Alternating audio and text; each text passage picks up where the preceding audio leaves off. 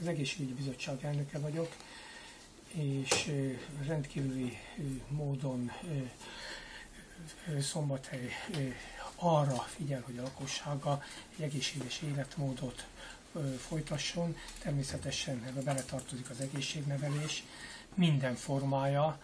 Jelenleg éppen egy egészséghét szerveződik, ahol felhívjuk a figyelmet a lakosság széles rétegeire, a normális táplálkozásra, a vérnyomás ellenőrzésére, a különféle szűrésekre.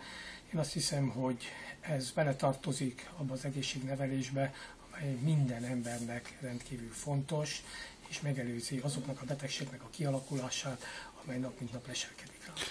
Mikor kezdődnek a programok, és hol lesznek? A Arborétumban kezdődnek a programok, és a jövő héten, hétfőn kezdődnek. Egy széleskörű felvilágosítás fog történni. Köszönöm szépen.